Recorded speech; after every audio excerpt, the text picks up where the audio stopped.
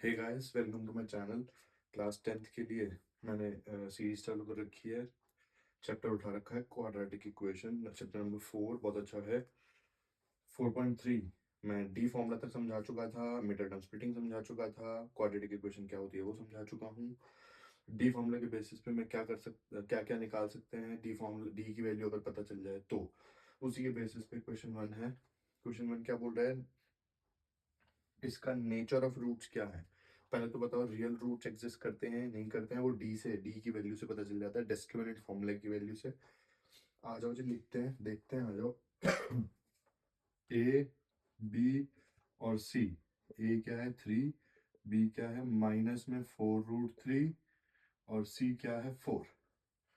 ठीक है जी, 1, 2 और 3। इसके बेसिस पे डी हमने पढ़ा था, D is b² minus 4ac। क्या पढ़ा था हमने, अगर डी की वैल्यू ग्रेटर देन 0 हो तो दो डिस्टिंक्ट रूट्स आते हैं। अगर डी की वैल्यू इक्वल टू 0 हो तो दो सेम रूट्स आते हैं। ये दोनों रियल हैं, ये दोनों रियल हैं। और तीसरा, अगर डी की वैल्यू लेस देन 0 हो, लेस देन 0 मतलब नेगेटिव में हो।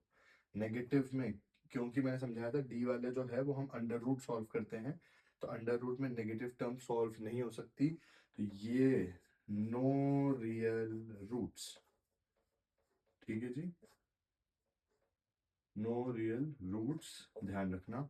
क्वेश्चन आ जाता है 1 नंबर में। ये समझ आ गया। चलो आओ जी, डी की वैल्यू निकालते हैं, इसके बेसिस पे हम आगे काम करेंगे। आओ, डी इज b² माइनस 4 से 20 का स्क्वायर मतलब -4√3 का स्क्वायर माइनस में 4 इंटू ए इंटू सी। ठीक है जी, आओ। 4 इंटू 4 16, 16 और √3 इंटू √3 3, तो 16 इंटू 3 16 48। और ये माइनस स्क्वायर में है, पहले ही बता चुका हूँ। अगर माइनस अगर पावर में हो और पावर उसकी इवन हो तो माइनस नहीं बचता, ऑड में बच जाता है, इवन में नहीं बचेगा। माइनस माइनस कैंसिल आउट हो जाएंगे। -4 इंटू 4 16 इंटू में 3, ये भी 48। डी की वैल्यू क्या आ गई, 0 आ गई। इसके बेसिस पे मैं रूट्स भी निकाल के दूंगा। यहाँ से मुझे नेचर तो पता लग गया, नेचर क्या है यहाँ पे। अगर सिर्फ वो नेचर की बात कर रहा है तो नेचर है two real roots and that too equal, कैसे इक्वल है आ जाओ जी देखते हैं।